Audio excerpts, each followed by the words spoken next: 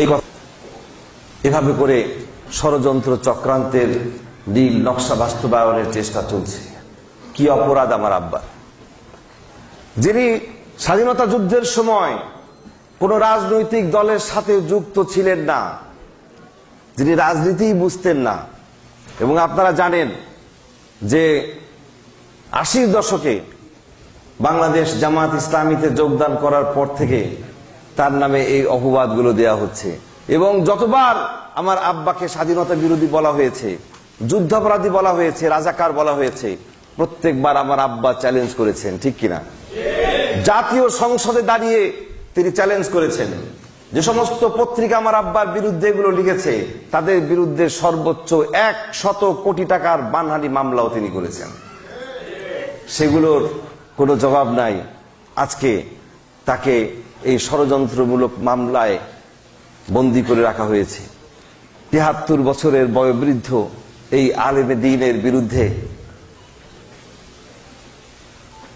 নারী ধর্ষণের মতো জঘন্য অপবাদ দিতেও তারা দ্বিধা করে নাই। এ বিচার আমরা কার কাছে চাইব? এর বিচার দুনিয়ার কোন আদালতে নয়, দুনিয়ার কোন ট্রাইব্যুনালে নয়, বরং এ সমস্ত জুলুম নির্যাতনের বিরুদ্ধে সমস্ত ট্রাইব্যুনাল আল্লাহর ট্রাইব্যুনালে আমরা মামলা দায়ের করেছি। সমস্ত জুলুম নির্যাতনের বিচার আল্লাহ রাব্বুল আলামিন অবশ্যই করবেন ইনশাআল্লাহ।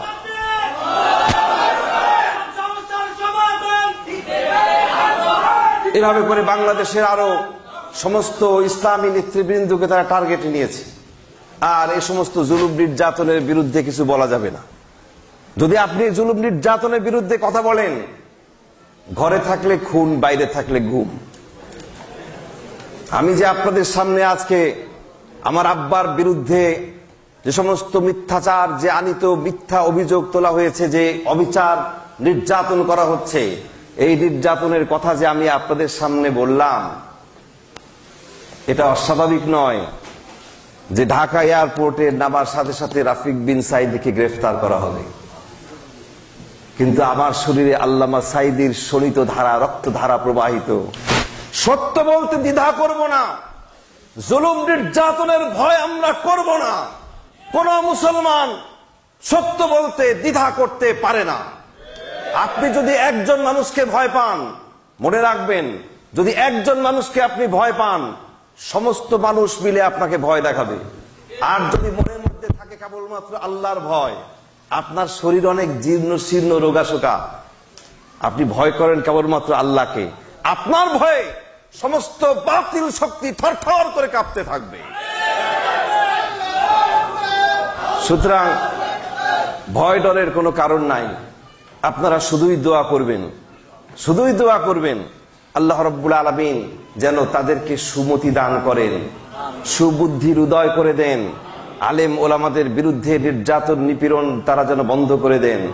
ইসলামের সপক্ষে, ইসলামের সাথে সবাই যেন জড়িত হন, সেই তৌফিক আল্লাহ রাব্বুল আলামিন যেন দান করেন, সেই দোয়াই সকলে করবেন।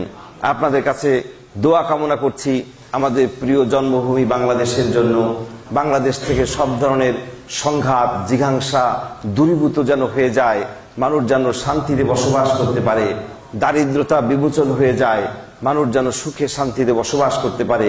দেশের জন্য আপনারা অবশ্যই দোয়া করবেন, এই আবেদন আপনাদের কাছে রেখে সর্বশেষ যে কথাটি বলতে চাই সেটি হচ্ছে, যা শুরুতেই বলেছিলাম যে আমরা সবাই চাই শান্তি, সেই শান্তির সন্ধান করছে সমস্ত জাতি এবং গোষ্ঠী।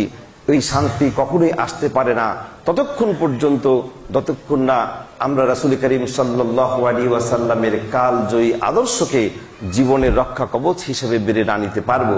সেজন্যই আল্লাহ রাব্বুল আলামিন সুস্পষ্টভাবে বলে দিয়েছেন, লাকাদ কানা লাকুম ফি রাসূলিল্লাহি উসওয়াতুন হাসানা, তোমাদের সকলের জন্য মহত্তম আদর্শ রয়েছে রাসূলের জীবনে। আল্লাহ রাব্বুল আলামিন এই কথাগুলো আমাদেরকে আমল করার তৌফিক দিন। যা কিছু বললাম, যদি কিছু ভুল বলে থাকি, আল্লাহ রাব্বুল আলামিন যেন আমাকে মাফ করে দেন। আর সঠিক যা কিছু বলেছি তা আমাদের সকলকে আমল করার তৌফিক দিন। মুসলিম উম্মাহ অফ নর্থ আমেরিকা যারা এই সম্মেলনের আয়োজন করেছেন, তাদেরকে আপনাদের সকলের পক্ষ থেকে আমি আন্তরিক মুবারকবাদ জানাচ্ছি এবং আপনাদের সকলকে সনির্বন্ধ অনুরোধ জানাচ্ছি, আপনারা নিজেরা আপনাদের আত্মীয় স্বজন, বন্ধু বান্ধব, পরিবার পরিজন সকলকে মুসলিম উম্মার সাথে জড়িত করে দেবেন। পাশ্চাত্যের এই বৈরী পরিবেশে ইসলামী শিক্ষায় সুশিক্ষিত হওয়া, ইসলামী দীক্ষায় দীক্ষিত হওয়ার জন্য মুসলিম উম্মা অফ নর্থ আমেরিকা আপনাদের সকলের জন্য একটি নেয়ামত। আল্লাহর পক্ষ থেকে অবশ্যই এটি একটি নেয়ামত, জোরে বলুন ঠিক কিনা?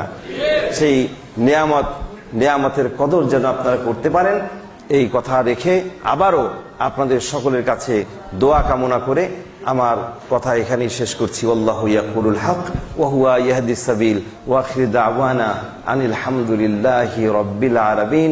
আসসালামু আলাইকুম ওয়া রাহমাতুল্লাহি তাআলা ওয়া বারাকাতুহু।